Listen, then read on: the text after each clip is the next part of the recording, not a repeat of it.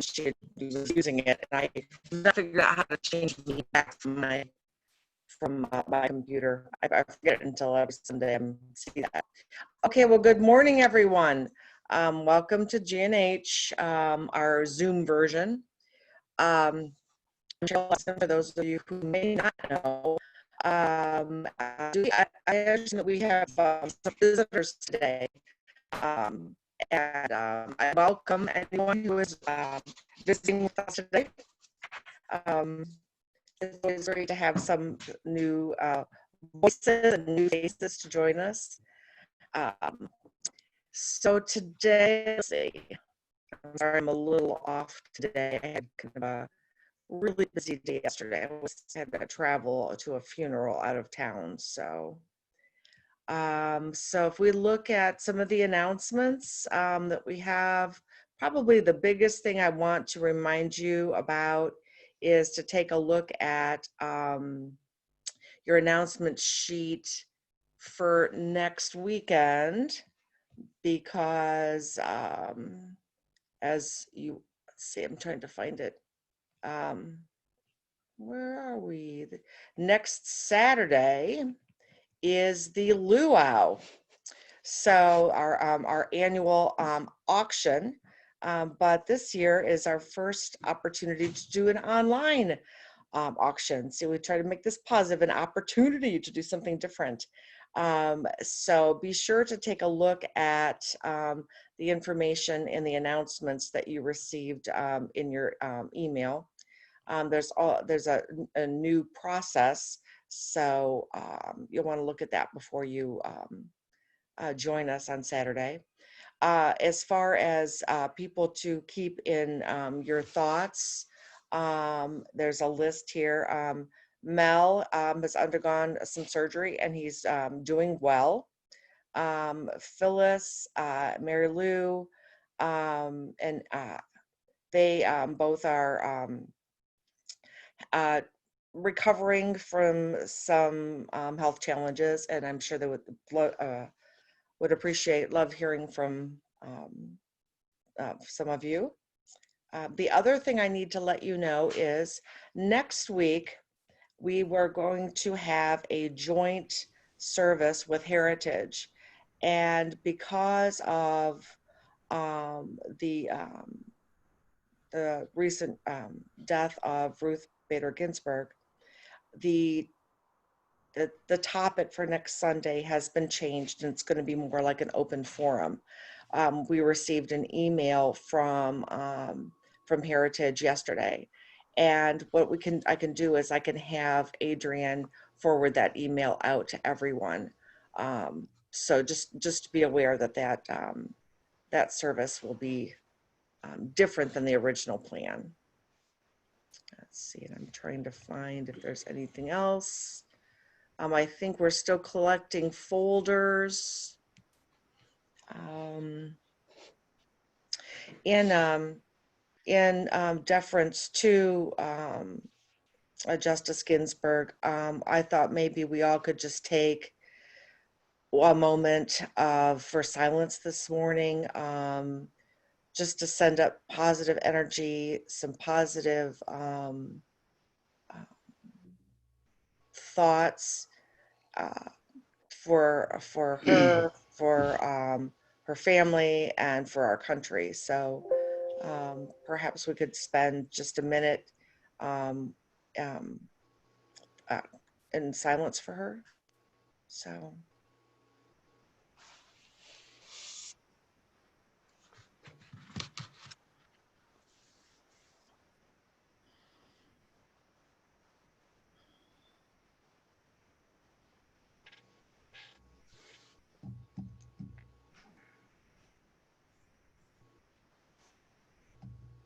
Okay, thank you.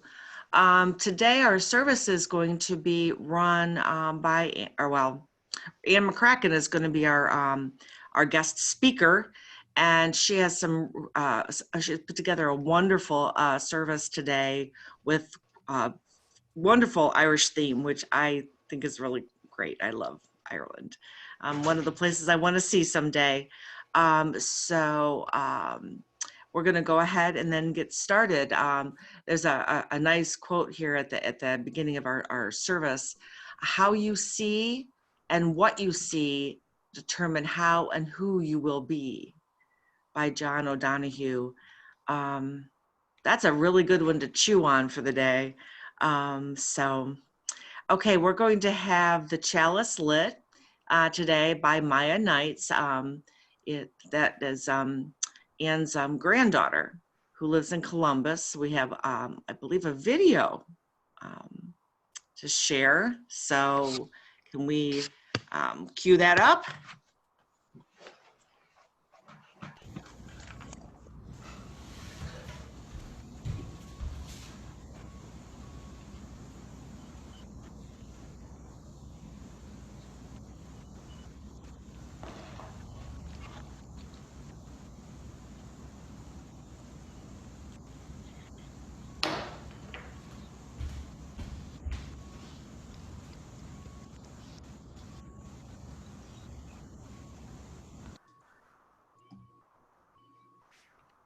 Thank you. I feel like I'm got too many screens open. Thank you for your patience, everyone. And Michael, can we share together the Rise Up, O Flame?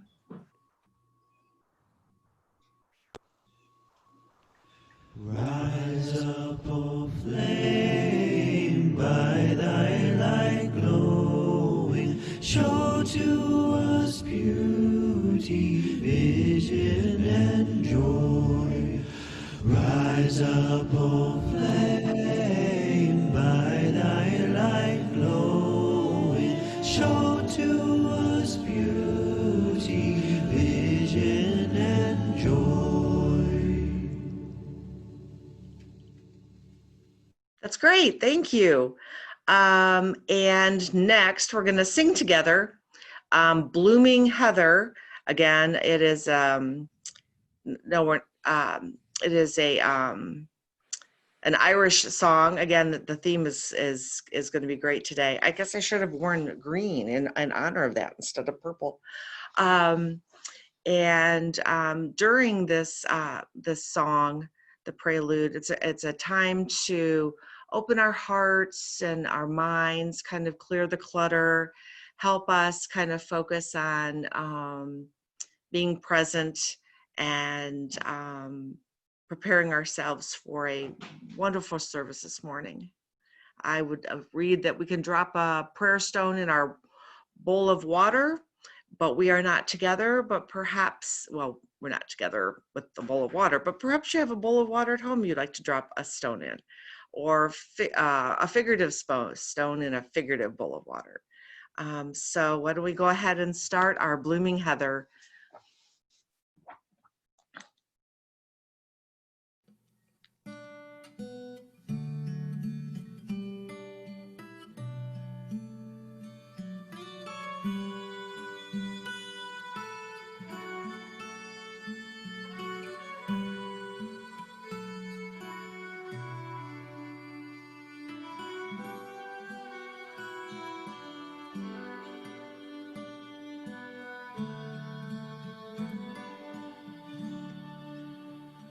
Oh, the summertime is coming, and the trees are sweetly blooming, and the wild mountain thyme grows around the blooming heather. Will you go, lassie, go?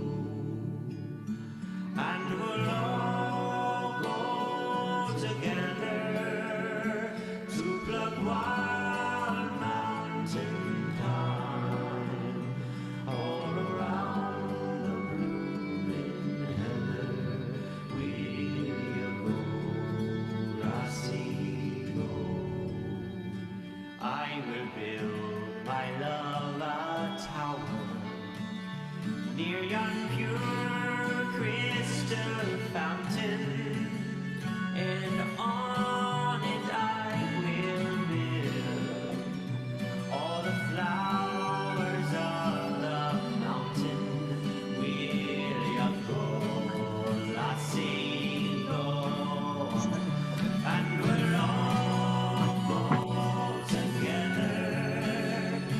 pluck wild mountain pine all around the blooming heather. Where you go, I see gold. And if my true love she were gone, oh, I would surely find another to pluck wild mountain pine grown around the blooming heather. Where you go, I see gold, and we'll all go together to pluck wild mountain thyme all around the blooming heather. Where you go, I see gold. Let us go, I see gold.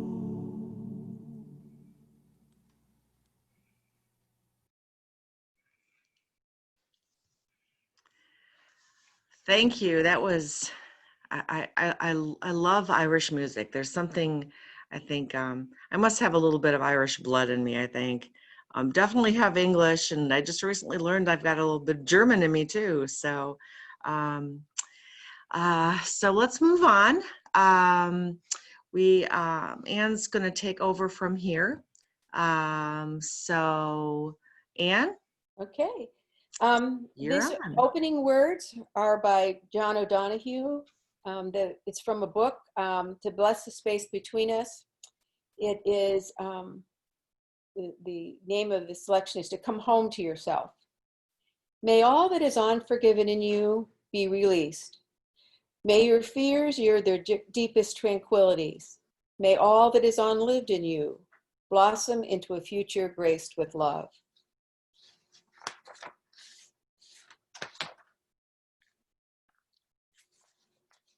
I can just go on, Cheryl, with the unison affirmation. Let's repeat the unison affirmation then. We pledge to create a welcoming community that celebrates human diversity, encourages spiritual growth, fosters responsiveness to our children, and commits to the future of all children. Yeah. Got children twice, but that's good. That's good. That's a good. We're all about the kids. Right. Okay, let's start with O'Donohue and the Well-Lived Life. I think I should tell you before I begin that I have kissed the Blarney Stone, not once, but twice. So keep that in mind as I'm telling you about what I think that John O'Donohue says. John O'Donohue was born in 1956 into a Gaelic Irish farming family in the Buran region of County Clare, Ireland. He graduated from the University of Ireland and the University of Tübingen in Germany, where he received his doctorate. He studied philosophy and theology, particularly Hegel and Meister Eckhart. He was in the priesthood from 1982 to the year 2000. He published 4 books. He died in 2007 at the age of 52. Today we are exploring some of his wisdom. O'Donohue says that you are a soul who at some time, some point was chosen to be born. The body, therefore, is in the soul. Each of us is a temporary visitor to the earth. Woman is the portal for all people's entry into this universe. We spend most of our lives on earth deciphering the purpose and the meaning of our visit here. O'Donohue says you were chosen to respond to your gift of life and to find the courage to follow its path. There is a Zen proverb that says the 2 most important days in your life are the day you were born and the day you find out why. Ideally, O'Donohue says that a human life is not one day of discovery, but should be a constant pilgrimage of discovery. In truth, we are called, insofar as we can, to live without a set image of ourselves, or at least to keep the images free and open to the possibilities. O'Donohue says there is an intimate connection between the way we look at things and what we discover. The human eye is always selecting what it wants to see and also evading what it does not want to see. It is a startling truth that how you see and what you permit yourself to see determines how and who you will be. The way you see things make them what they are. Our thoughts filter our experiences all the time. I think this is what Robin DiAngelo was saying in White Fragility. We learn the institutionalized and the familial thoughts about race, which then begin to influence what we select to see, the meaning we will attach to it, and that in turn predicts how we will be with people of color. I think a lot about the difference between people who support Trump and myself. We have each selected something very different to see, and that in turn influences who we support. O'Donohue says that thought is one of the most powerful forces in the universe. Perception is critical to understanding how you see and what you see, which determine how you will be. So we are born with many possibilities, but then we begin to choose some over the others. O'Donohue cautions that all those things that we didn't choose, the garden of our unchosen lives and qualities, needs enough space to breathe beneath our chosen path and qualities. In this way, our life enjoys a vitality and a sense of creative tension. When we are creative, we help the unknown to become known, the invisible to be seen, and the rich darkness within us to become illuminated. I think about people in the fellowship who've explored other parts of themselves. CJ discovered an affinity for yoga, Ann B, meditation, Doug, ministry, Barry discovered the artist, Carolyn, the photographer, Kimberly teaching ESL, Jennifer, social work, to name but a few. When is there help to find, or where is there help to find the lesser known parts of our lives? O'Donohue says that art can be a help. Artists help us see what is secretly there. Best books, paintings, etc. help us see beyond ourselves, help us discover the moreness of life. For me, this is one of the joys of our discussions at book club, as we explore what it is about life that authors show us. Robert Frost is a poet, is one of those artists who helps us see what is secretly there. In The Road Not Taken, he illustrates what O'Donohue is saying. You know the poem. Two roads diverged in a yellow wood, and sorry I could not travel both, and be one traveler, long I stood, and looked down one as far I could to where it bent in the undergrowth, and took the other just as fair, and having perhaps the better claim, because it was grassy and wanted wear. Though as for that, the passing mare had warned them really about the same. And both that morning equally lay on leaves no step had trodden back. Oh, I kept the first for another day. Yet knowing how way leads on to way, I doubted if I ever should come back. I shall be telling this with a sigh, somewhere ages and ages hence. Two roads diverged in a yellow wood, and I took the one less traveled by, and that has made all the difference. So Frost tells us the road we choose in life makes all the difference. I think O'Donohue would urge Frost, if he was truly to live the moreness of his life, to come back and try the first road he left for another day. Other helpers who are on tap possibilities are our friends. O'Donohue titled his first book, Onam Cara, which is Gaelic for soul friend, and I'm sure I butchered the pronunciation. In the early Gaelic church, it meant a person who acted as a teacher, a companion, or a spiritual guide. O'Donohue reminds us that every friend who was once a total stranger. A friend is a loved one, he said, who supports you and encourages you to awaken your life in order to set free the wild possibilities within you.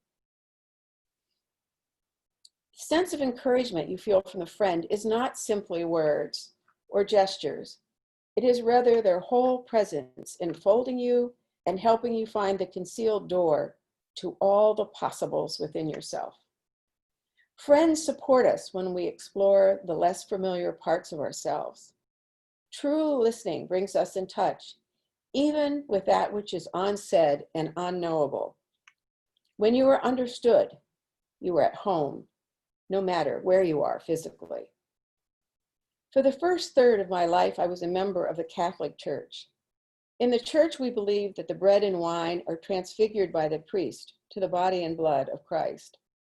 Leftover consecrated communion wafers, now the body of Christ, is stored in the tabernacle, a locked, fixed, hugely ornate box on the altar.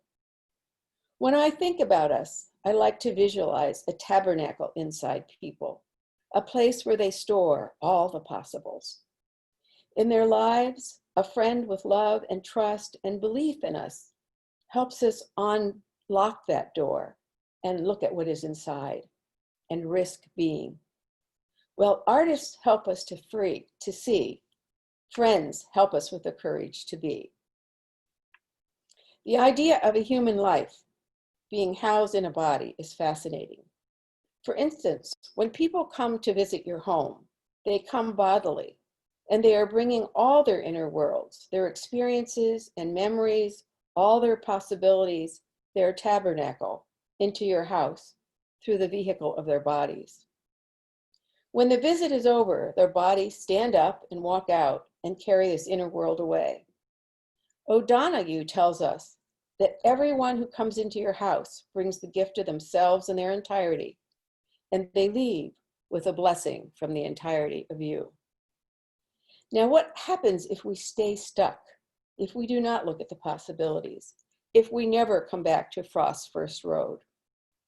When we domesticate our minds and hearts, we reduce our lives. Domesticate, I think, means getting permanently stuck, selecting what we will see and hear and what we discover, the meaning we attach to it, who we are, and not straying from this. A person I knew who was career military once told me, I know who I am. I just look at my shoulders and I know who I am, what to do, and how to do it. Almost without knowing it, we slip inside ready-made roles and routines, which limits what we give ourselves permission to do. One of the greatest sins, according to O'Donoghue, is the unlived life. Habits and language are two of the things that can get us stuck. The predictability of habits closes you off from the unknown, the new, the unexpected. You know the old adage, if you always do what you've always done, you'll always get what you always got. Excuse me. Language too can trap us. First, a name should never trap a thing. If we learn that bread is a sliced loaf-like thing made from yeast, we will miss tortillas and naan and pita and soda bread. A second way we get trapped in language is the limiting language that others attach to us. When females from the time they are very young hear girls can't do math, be pilots, be soldiers, be president, they sometimes drink the Kool-Aid. So-called women's work can trap possibilities. There are many women who never get to explore the possibles because they are too busy being the default button. You know, putting the toilet paper on the roller and other vital tasks. However, in a certain sense, no one inside you can imprison you. People have power over us because we give away our power to them. Your complicity with other people's images and expectations of you allows them to box you in completely. Through the image they project onto you, or through the expectations they have of you, they claim you. When you are being controlled, you are treated as an object rather than a subject. Here's the hint, here's the important part. No one outside you can open the door to release you from an inner prison but you. The key is actually on the inside. The key is actually on the inside. Sometimes things happen that shake us to our core. Cancer, divorce, pandemics. All those things that worked before, all the glue that held us in place is gone. And we find ourselves drifting in nothingness. O'Donohue says that nothingness is the sister of possibility, nothingness and emptiness. This is the call from your soul, awakening your life to new possibilities. In Gestalt, we learn that being stuck can be a time of great activity, of getting ourselves to the point that we mourn and let go of things that no longer work and take on new possibilities. Difficulty is a severe looking glass, yet in it we often glimpse sterling aspects of our soul that we would otherwise never have seen or even have known we possessed. Change is an opportunity to new possibility. My divorce was such a time for me. I felt depressed and broken. My therapist, John Belanti, told me, there are many wonderful aspects of marriage, but it also holds us back from some things. What are some of the things that have held you back from? I said, get a doctorate. He said, what is holding you back now? I told him my children, who were 7 and 10. He said, children are resilient and you will be setting a good example. I said I wouldn't get in. He said, let's test it. You send for application materials. I have a doctorate. Nothing is the sister of possibility. This is not O'Donohue, but McCracken. Even in nothingness, there is not equity. Casey Gerald says that for people of color, there is an American machine instead of an American dream. He says the machine is like a conveyor belt that goes from nothing to nowhere, except for a token few who get plucked off by the Yales or the Harvards or whatever. But to go through the door they open, you have to leave parts of yourself outside. For me, the greatest price we pay for poverty, for nothingness, is the loss of all those possibilities, all those gifts that will never be realized. We haven't talked much about what happens to our past. O'Donohue says that which seems to pass away on the surface of time is in fact transfigured and housed in the tabernacle of memory. Your soul is the priestess of memory, selecting, sifting, and ultimately gathering your vanishing days towards presence and memory. O'Donohue tells us that with age and memory, the face gradually mirrors the journey of the soul. The older the face, the richer its mirroring. In actual fact, if you can come to see aging not as the demise of your body, but the harvest of the soul, you will learn that aging can be a time of great strength, poise, and confidence. I have always liked John Quincy Adams' response to the question, "How are you?" when he was an old man. He replied, "John Quincy Adams is well, but the house in which he lives at the present time is becoming dilapidated. It's tottering on its foundations. Time and seasons have pretty much destroyed it. Its roof is pretty well worn out. Its walls are shattered and tremble with every wind. I think John Quincy Adams will have to move out of it pretty soon. But he himself is quite well, thank you." The quote is from 1848, the year Adams died. Sometimes in very old bodies, there are incredibly young, wild souls looking out at you. Aging can be a time of ripening when you examine the possibilities and you come back to the other roads. In summary, we are souls chosen to have bodies for a temporary sojourn on earth. We come with great gifts. We begin to limit ourselves by what we choose to see, which limits who we become. Habits and words from others limit and define us. The key to releasing ourselves is inside ourselves.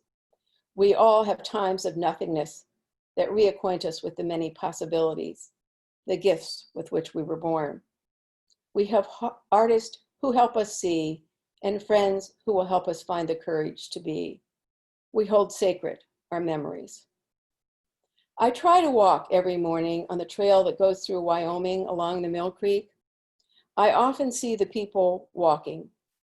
There is an older woman pushing the baby carriage with the newborn. There's a thin man, an old man with an arthritic dog that is as old as he is, I think. There's a music man, an older man on a bike who always has soft jazz music playing.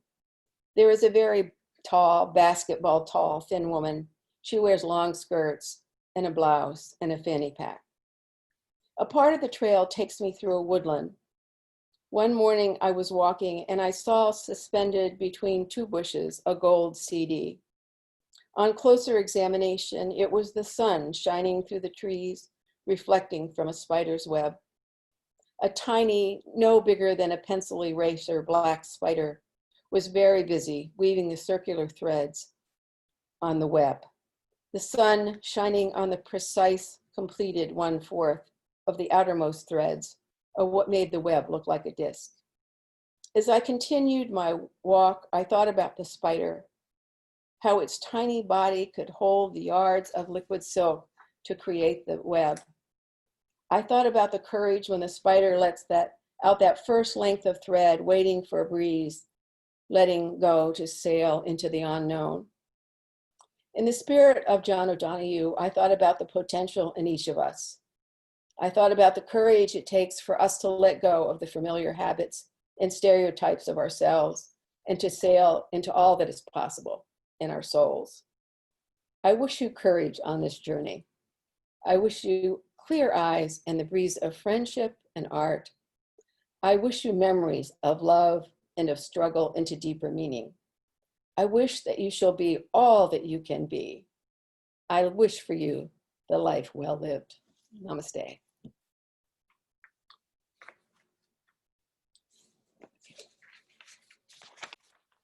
All right.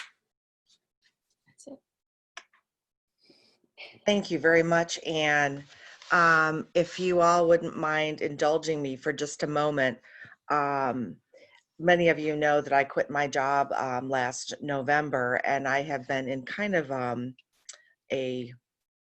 don't want to call it a purgatory. What do I want to call it? Kind of not knowing where I'm going to go next, kind of in the limbo. That's the word I want. And Anne talked to me about a month ago because I felt stuck. And as she mentioned here this morning, that when you're stuck is a time of a lot of work. And I would like to thank her again for that perspective, because I felt like I was stuck and not doing anything and couldn't understand why I was so tired. Well, I guess my brain is tired because I'm doing a lot of work trying to figure out where I'm going to go next. So her words are full of some great wisdom. And thank you, Anne, for sharing that with everyone. It means a lot. So, okay, so this next portion of our service is the opportunity where we can share our wealth. The monies that we collect support causes within our own congregation, within our local community, within our national community, within our global community. So whatever you are able to contribute is greatly appreciated. Our donations are down from what they typically are, again, because of this unique way that we're gathering together. We're not passing a basket, so we're not collecting quite as much. So there are other opportunities other than sending a check. We now are a credit card. There's Givelify app where it's probably it's a lot like a PayPal app, and you can send the money straight through and don't have to worry about putting a stamp on an envelope. So while we gather our checkbooks and credit cards in our Givelify app, we are going to listen to another Irish song, actually written by an Ohioan, When Irish Eyes Are Smiling.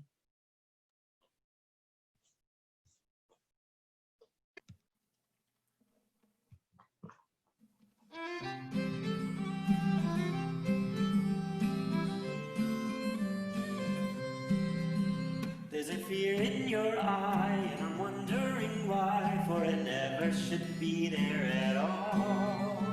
With such power in your smile, sure a stone you'd be God, so there's never a teardrop should fall. When your sweet lilting laughter's like some fairy song, in your eyes twinkle bright as can be. You should laugh all the while and at other times smile, and a smile for me. When Irish eyes are smiling, sure it's like a morning spring, and the lilt of Irish laughter you can hear the angels sing. When Irish hearts are happy, all the world seems bright and gay. And when Irish eyes are smiling, sure they steal your heart away. For your smile is a part of the love in your heart, and it makes every sunshine bright. Like the linen sweet song crooning all day long, comes a laughter so tender and light. Full of springtime of life, to the sweetest of all, then you're never a real care or regret. And my springtime is ours through all your little sighs. Let us smile every chance that we get. When Irish eyes are smiling, sure it's like a morning spring. In the lilt of Irish laughter, you can hear the angels sing. When Irish hearts are happy, all the world seems bright and gay. And when Irish eyes are smiling, sure they steal your heart away. When Irish eyes are smiling, sure it's like a morning spring. In the lilt of Irish laughter, you can hear the angels sing. When Irish hearts are happy, all the world seems bright and gay. And when Irish eyes are smiling, sure they steal your heart away.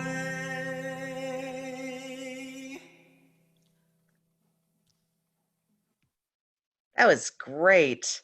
Michael, you got a little Irish in you? It sounds fantastic. I do, yeah. Oh, My dad is from his family's from Ireland, yeah. really? Yeah. Oh, that's cool. I did not know that. Oh, sorry. My dog just growled, whining at me. I'm trying to keep her quiet so that she doesn't bother the service, but she had something to say. Okay. Now we are at the point where people can share joys and or sorrows. If you'd like to, let's see, probably just put your hand up, tag yourself, let us know that you want to say something. Sometimes we use the chat box. If you'd prefer to use the chat box and not speak yourself, we can do that as well.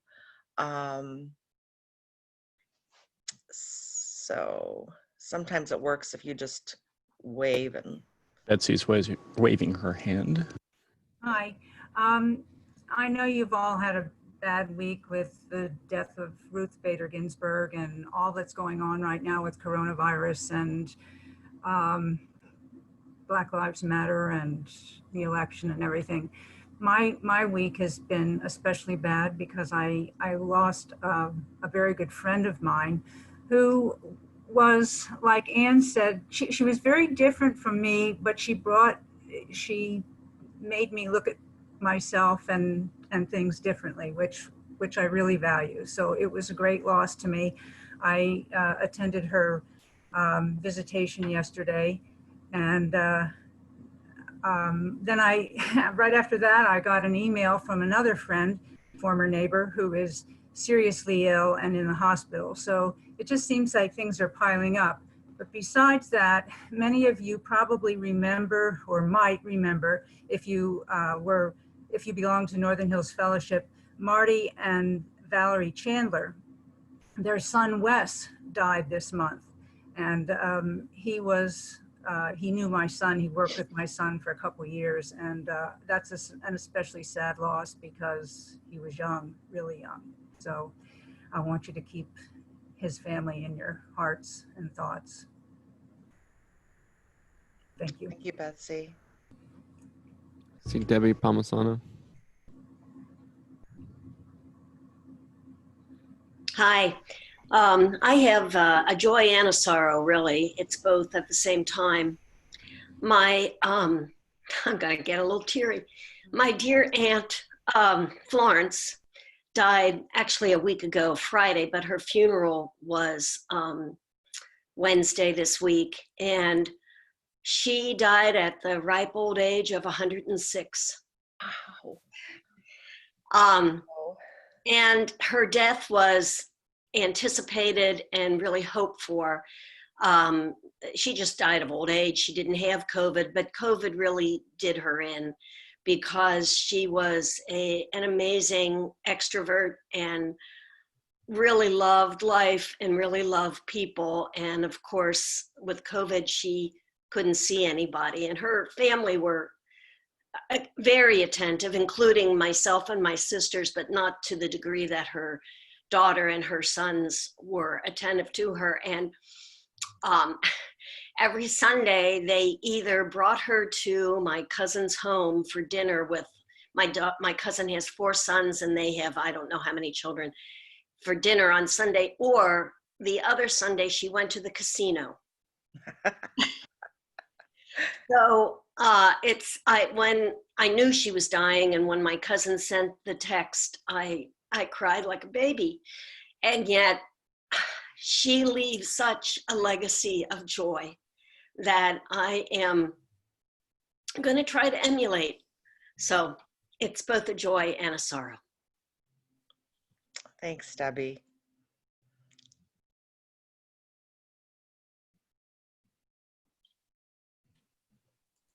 Anybody else out there waving? I just saw Alan. Yeah. Yeah. Can you hear me? Yep, we Yeah. can hear you. Have a joy, actually, and a concern.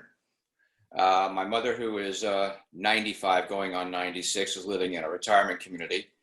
They've been in lockdown for going on, I would say, since June.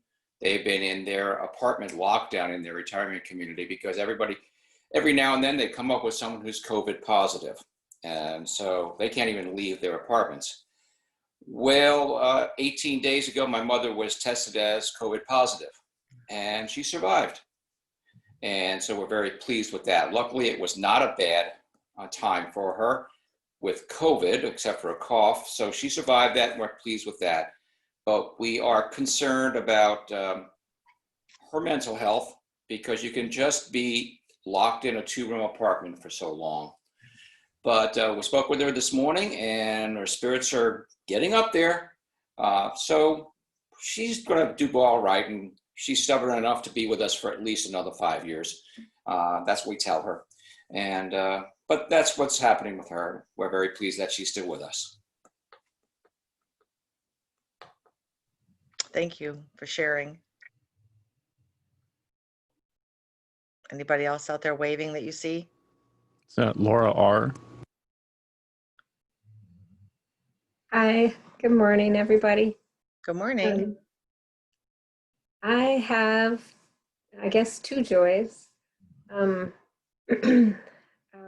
Put a positive spin on the whole pandemic. I guess I've always been kind of a self-starter or enjoyed my time alone. And I'm almost ready to finish my book since I've had all this time to be by myself for COVID. So it's getting there. It's maybe a chapter or 2 away. And my second joy is about my work because I went into a meeting the other day and I thought that it didn't go very well. And I was really buckling down because I thought that I better make a good impression because I'm a pretty new employee, about 6 months into this job. And actually, I got a call out of the blue on Friday, and they said they noticed my hard work and I'm getting a raise. Oh, that's always nice, isn't it? Yeah. Yes. Well, congratulations, Laura. Thank you. Michael's giving you double thumbs up. I have something. Carol's waving her hand. Oh, go ahead. Ralph and I have a joy. We got a special delivery of gluten-free soda bread for the Irish service from Sue Klein yesterday. And Nice. she came and we sat out back and had tea and conversation and 6 feet separate without masks on. And it was very nice to see you face to face and mosquitoes notwithstanding. We had a very nice conversation and caught up a little bit and talked about some birds, and good to see some company. Bread was good too. Tasty, very tasty. Good bread. Good bread, good soda bread. Sue is fantastic. I had a little bit of a health scare and I had to have a bunch of tests, and Sue quickly stepped up and drove me for my tests. And I mean, she's a great lady. We are so blessed to have Sue. Yeah, and Linda, I think she's trying to get in touch with you because she's got a half batch for you. Laura R. Check your email.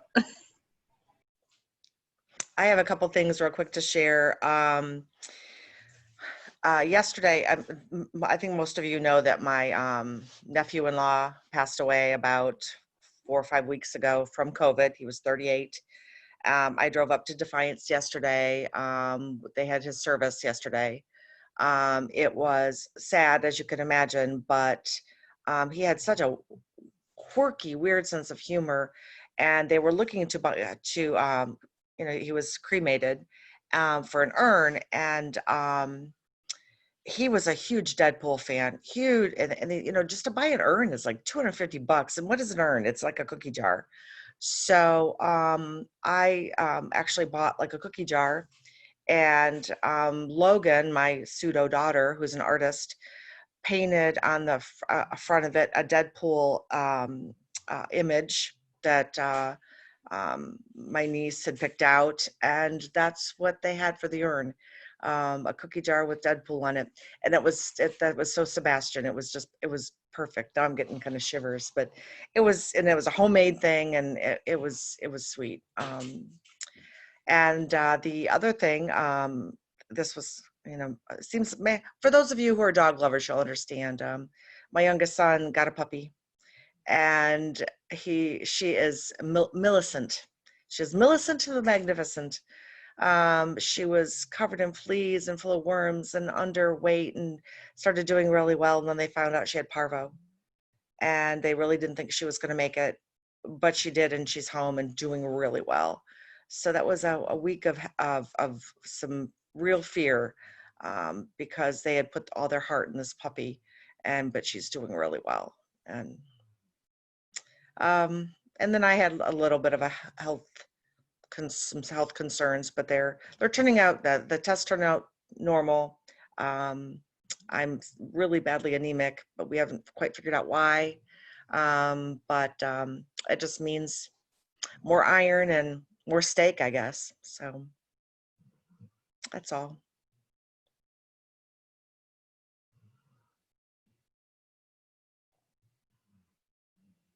So anybody want to bring me a steak? I'll take it. Anyone else have anything that they'd like to share? I'll just share real quick that it was Anne selected all the music for today, but it was such a joy doing the music this week. It was one of my favorites of all time.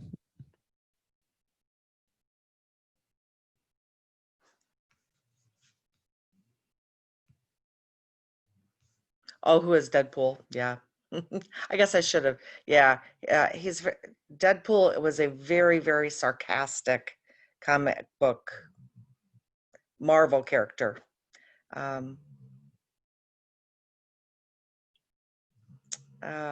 Anyone else? He's like the anti-hero. Yeah, kind of. He's special for his sarcasm. But also he breaks the fourth degree, like he talks to the audience and Yeah, not the just to fourth, what is it people called? The in the fourth thing. wall or something? Yes. Yeah. Yeah. So it's kind of a fun. There he is. Thank you. Yeah, somebody's got a picture up. Yeah. It is not for people who might, if you are upset by gore or language, Yeah, don't watch it. don't watch it. If you don't like sarcasm, you won't get it. That's right. Yeah. He's a hero, anti-hero. Yeah. But funny as I'll get out if you like that kind of humor, which I do.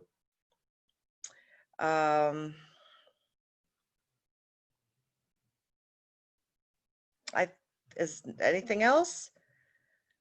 Oh, we got another one. Okay, put it up there. Okay. Oh, yes, sarcasm. Yes. Arrogant. He's funny. Yes, there's Deadpool. So everybody's going to watch Deadpool this afternoon there. You know, I'm going to make a baby quilt, but okay. So for all of those thoughts that have gone unspoken, I can drop a figurative stone in our figurative bowl of water. And thank you all for sharing. It's been quite a week for many of us in many different ways, but we're going to keep the fires burning in our hearts and our souls and sending out as much positive energy into the universe as we can, because that's what we do. Okay, then our last part here is Danny Boy. We're all going to sing together. And then Anne will have a blessing for us. So.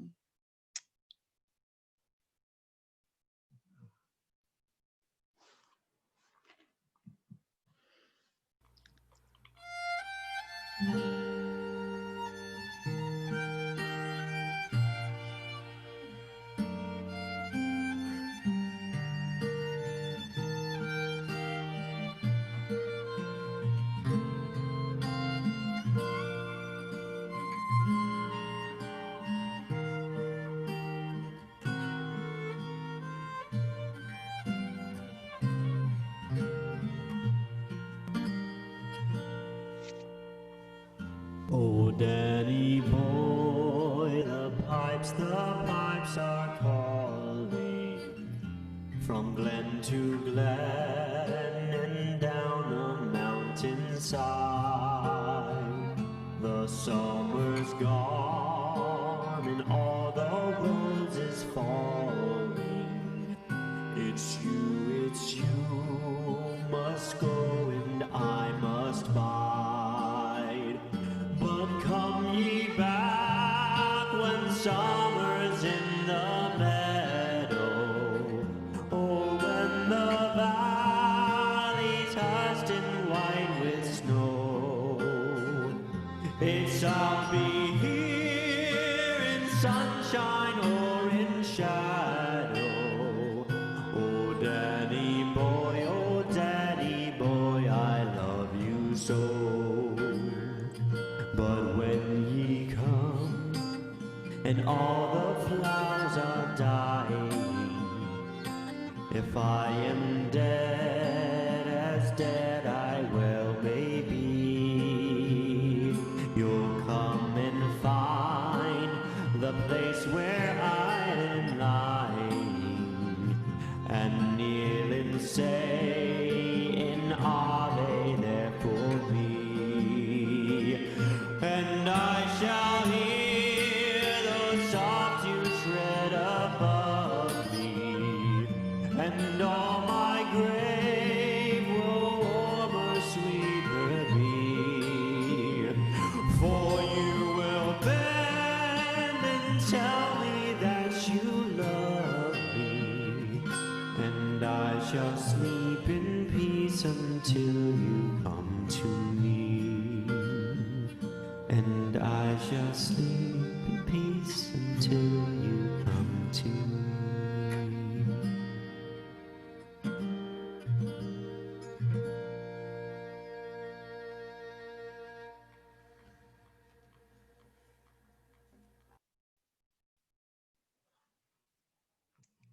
Okay, there.